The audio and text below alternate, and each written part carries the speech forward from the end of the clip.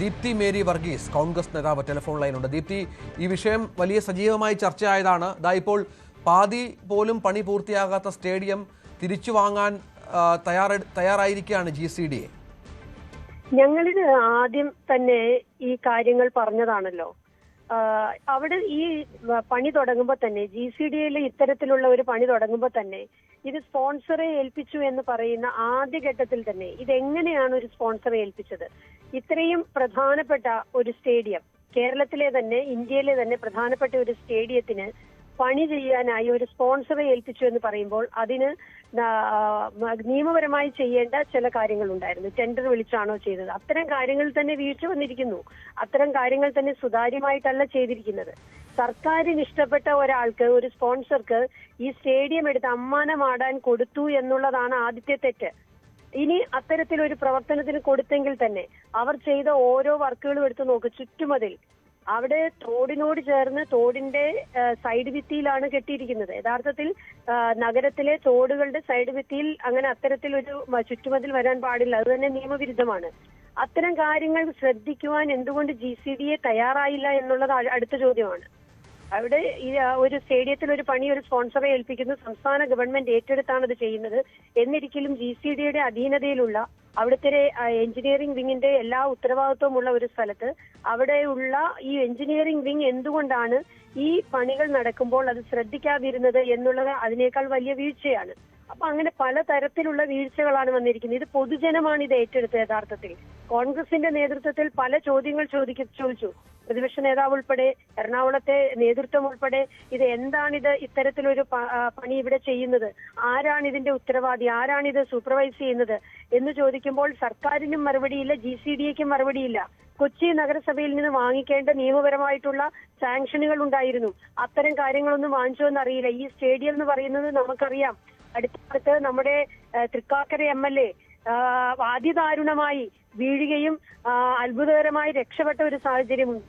അതിനൊക്കെ കാരണമായ ഒരു വേദിയാണ് ഇന്ന് കൊച്ചി അന്താരാഷ്ട്ര സ്റ്റേഡിയം എന്ന് പറയുന്നത്. രാജ്യത്തും അന്താരാഷ്ട്ര തലത്തിലും ഏറ്റവും അധികം ശ്രദ്ധിക്കപ്പെട്ട കളികൾ നടക്കേണ്ട ഒരു സ്റ്റേഡിയത്തെ ഇത്ര നിസ്സാരമായി, ഇത്ര ശ്രദ്ധയില്ലാതെ കൈകാര്യം ചെയ്യുന്ന ഒരു സംസ്ഥാന ഗവൺമെന്റും GCDAയും ഭരണസമിതിയുമാണ് ഇന്ന് നിലവിലുള്ളത്. ഇത് ശക്തമായ ഒരു അന്വേഷണം ഉണ്ടാകണം. എന്താണ് ഏത് തരത്തിലുള്ള അഴിമതിയാണ് ഇതിനകത്ത് നടന്നിരിക്കുന്നത്? എന്ത് കാരണത്താലാണ് ഒരു സ്പോൺസറെ ഇത്തരത്തിൽ ഇത് ഏൽപ്പിച്ചത് എന്നുള്ളത് സുതാര്യമായി മറുപടി പറയാൻ സംസ്ഥാന ഗവൺമെന്റും വകുപ്പ് മന്ത്രിയും തയ്യാറാകണമെന്നാണ് കോൺഗ്രസിന് പറയാനുള്ളത്. ശരി ദീപ്തി, നമുക്ക് ആ ദൃശ്യങ്ങളാണ് ഇപ്പോൾ നമ്മുടെ ക്യാമറയിലൂടെ പ്രേക്ഷകർ കാണുന്നത്. പണി പൂർത്തിയാകാത്ത ഒരു സ്റ്റേഡിയം. ഈ പൈസയുടെ കാര്യത്തിലൊക്കെ നേരത്തെ നാം പറഞ്ഞ പോലെ ഒരുപാട് ആശയക്കുഴപ്പങ്ങളുണ്ട്. ഇപ്പോൾ GCDA ഇത് ഏറ്റെടുക്കുമ്പോൾ ഇനിയിപ്പോൾ പണി പൂർത്തിയാക്കുന്ന കാര്യത്തിൽ എന്തെങ്കിലും ധാരണയുണ്ടോ? അതിൻ്റെ ഉത്തരവാദിത്വം ആരാണ് എന്ന കാര്യത്തിൽ എന്തെങ്കിലും ധാരണയോ വല്ലതും ആയിട്ടുണ്ടോ നവമി?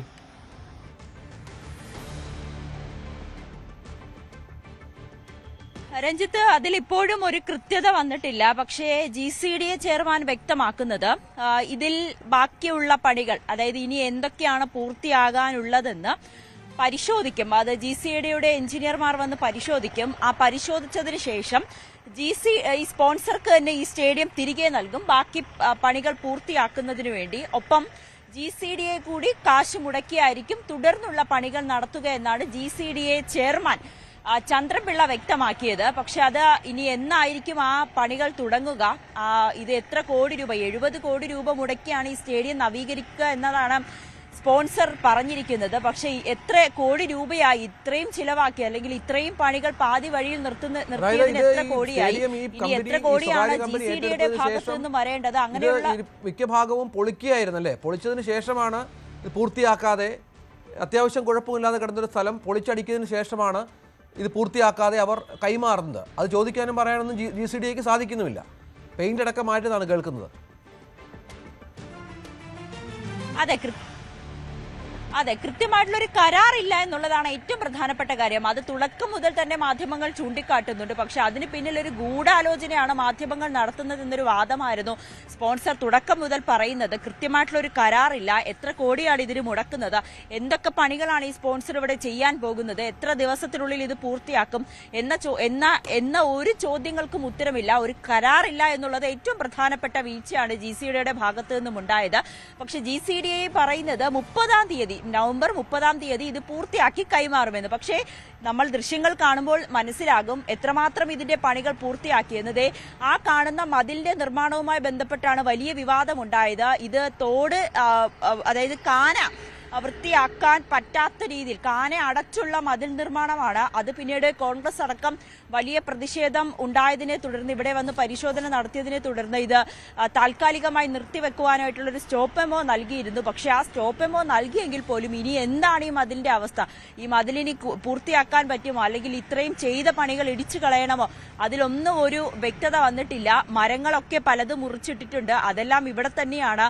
ആളുകൾക്ക് ഒരു സ്വസ്ഥമായി പോയി വരാൻ പറ്റുന്ന ഒരു സാഹചര്യമാണോ ഈ സ്റ്റേഡിയത്തിനുള്ളതെന്ന് ചോദിച്ചാൽ അല്ല എന്ന് തന്നെ നമുക്ക് പറയേണ്ടി വരും. പക്ഷേ അന്താരാഷ്ട്ര നിലവാരത്തിൽ, ഫിഫയുടെ അംഗീകാരത്തോടു കൂടിയുള്ള അന്താരാഷ്ട്ര നിലവാരത്തിലേക്ക് ഉയർത്തേണ്ട സ്റ്റേഡിയത്തിന്റെ അവസ്ഥ ഇതാണെങ്കിൽ എന്താണ് ഈ നാട്ടുകാർ പറയേണ്ടത്, അല്ലെങ്കിൽ എന്തിനായിരുന്നു ഇത്രയും പ്രഹസനം ഈ സ്പോൺസർ കാട്ടിക്കൂട്ടിയതെന്ന ചോദ്യമാണ് ഇപ്പോഴും ബാക്കിയാകുന്നത്. ഈ കവാടത്തിന്റെ പണികളൊക്കെ ഇപ്പോഴും ബാക്കിയായി തന്നെ നിൽക്കുന്നുണ്ട്. ഇവിടെ ആളുകൾക്ക് വാഹനങ്ങൾ പാർക്ക് ചെയ്യാൻ പറ്റുന്നില്ല, റോഡ് സൈഡിലാണ് പാർക്ക് ചെയ്യുന്നത്. അത് സ്വാഭാവികമായും റോഡിൽ കൂടിയുള്ള ഈ കാൽനട യാത്രക്കാർക്ക് നടക്കാൻ ബുദ്ധിമുട്ടാകും, മറ്റു വാഹനങ്ങൾ പോയി വരുന്നതിന് ബുദ്ധിമുട്ടാകും. അങ്ങനെ ചുരുക്കി പറഞ്ഞാൽ ഈ സ്റ്റേഡിയത്തിന്റെ അവസ്ഥ കൂടുതൽ മോശമായി എന്ന് തന്നെ പറയാം. നമുക്കറിയാം ഉമാ തോമസ് MLA വീണ് പരിക്കേറ്റ സംഭവം, ഗുരുതരമായി പരിക്കേറ്റിരുന്നു. അന്ന് സ്റ്റേഡിയത്തിന്റെ അവസ്ഥ എന്തായിരുന്നു, അത് മാറ്റം വരുത്തണമെന്നായിരുന്നു സ്പോൺസർ പറഞ്ഞത്. പക്ഷേ അതിന് വലിയ മാറ്റമൊന്നും വരാതെ പണികളെല്ലാം പാതി വഴിയിലിട്ട് അവസാനിപ്പിച്ച് GCDAക്ക് കൈമാറിയിരിക്കുകയാണ് സ്പോൺസർ. ഇനി എന്ത് ധാരണയാണ്, ഇനിയെങ്കിലും ഒരു കരാറിലൂടെ ഈ പണികൾ പൂർത്തിയാക്കി പുതിയൊരു അന്താരാഷ്ട്ര നിലവാരത്തിലേക്ക് ഈ സ്റ്റേഡിയം എത്തുമോ എന്നതാണ് നോക്കി കാണേണ്ടത്. GCDA ചെയർമാൻ ഔദ്യോഗികമായിട്ടുള്ളൊരു പ്രതികരണം ഇപ്പോഴും നടത്തിയിട്ടില്ല. അത് നമ്മൾ പ്രതീക്ഷിക്കുകയാണ്. ഇനി GCDAയുടെ ഭാഗത്തു നിന്നും എത്ര കോടി രൂപ മുടക്കിയാലായിരിക്കും ഈ പണി ബാക്കിയാകേണ്ടത് എന്നും ഇനി അറിയേണ്ടിയിരിക്കുന്നു. എന്തായാലും ഇത് സ്പോൺസറും ഇതിൽ ഇപ്പോഴും പ്രതികരണം തന്നിട്ടുമില്ല.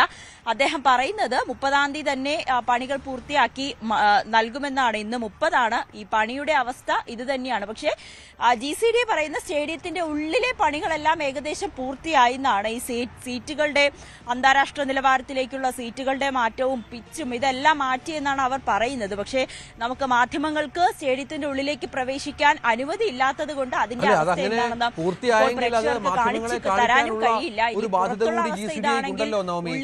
പൂർത്തിയായെന്ന് ആത്മവിശ്വാസത്തോടെ പറയുന്നവർ അത് പൊതുജനങ്ങളെ കാണിക്കാനും തയ്യാറാവണം.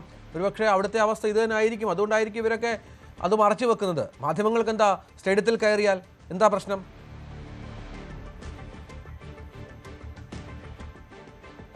അതെ അതെ, അത് തന്നെയാണ് നമ്മുടെ ഈ സംശയം. അങ്ങനെ പൂർത്തിയായെങ്കിൽ അത് അഭിമാനത്തോടു കൂടി ജനങ്ങൾക്ക് തുറന്ന് കാണിച്ചു കൊടുക്കേണ്ട ഉത്തരവാദിത്തം GCDAക്കുണ്ട്. പക്ഷെ അനുമതിയില്ല. അത് പൂർത്തിയായെന്ന് വാക്കാൽ മാത്രമാണ് GCDA ചെയർമാൻ പറയുന്നത്. നമുക്ക് കാത്തിരിക്കാം, ഉള്ളിലേക്ക് പ്രവേശനം നൽകുമോ, അല്ലെങ്കിൽ മാധ്യമങ്ങളെ സ്റ്റേഡിയത്തിന്റെ ഈ അന്താരാഷ്ട്ര നിലവാരം കാണിച്ചു തരുന്നതിന് വേണ്ടി അകത്തേക്ക് പ്രവേശിപ്പിക്കുമോ എന്ന് നമുക്ക് കാത്തിരുന്ന് കാണാം. പുറത്തെ അന്താരാഷ്ട്ര നിലവാരം എന്താണെന്ന് നമ്മളിപ്പോൾ കണ്ടു. ഇനി എന്താണ് ഇതിന്റെ ഭാവി എന്നുള്ളതാണ് ഏറ്റവും പ്രധാനപ്പെട്ട കാര്യം.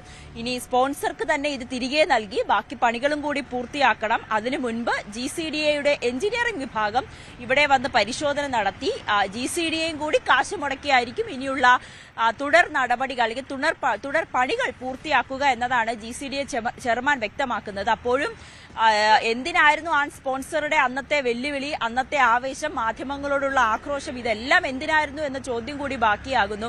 തുടക്കം മുതൽ തന്നെ അടിമുടി ദുരൂഹതയായിരുന്നു ഈ GCDAയിൽ, അല്ലെങ്കിൽ ഈ സ്റ്റേഡിയത്തിൽ മെസ്സി വരുന്നതുമായി ബന്ധപ്പെട്ട്. മെസ്സി വരുന്നു എന്ന് പറയുന്നു, മെസ്സി വരില്ല എന്ന് പറയുന്നു, സ്റ്റേഡിയം അന്താരാഷ്ട്ര നിലവാരത്തിലേക്ക് മാറ്റുന്നു. അതിന് ആരാണ് ഈ സ്പോൺസർക്ക് അനുമതി നൽകിയത്, എന്ത് കരാറിന്റെ അടിസ്ഥാനത്തിലാണെന്ന് പ്രതിപക്ഷമടക്കം ആവർത്തിച്ച് ചോദിക്കുമ്പോഴും GCDA പറയുന്നത് അത് ഒരു കരാറുണ്ട്, അല്ലെങ്കിൽ മന്ത്രിയുടെ നിർദ്ദേശപ്രകാരമാണ് ഇത് കൈമാറിയതെന്ന്, 30-ാം തീയതി ഇത് തിരികെ നൽകുമെന്നൊക്കെ പറയുന്നുണ്ടെങ്കിൽ പോലും 30-ാം തീയതി ആയി, അവസ്ഥ ഇതാണ്. ഇനി എന്താണ് GCDA അടുത്ത നടപടിയായി എടുക്കുക എന്നതാണ് ഉറ്റുനോക്കുന്നത്. സ്പോൺസർ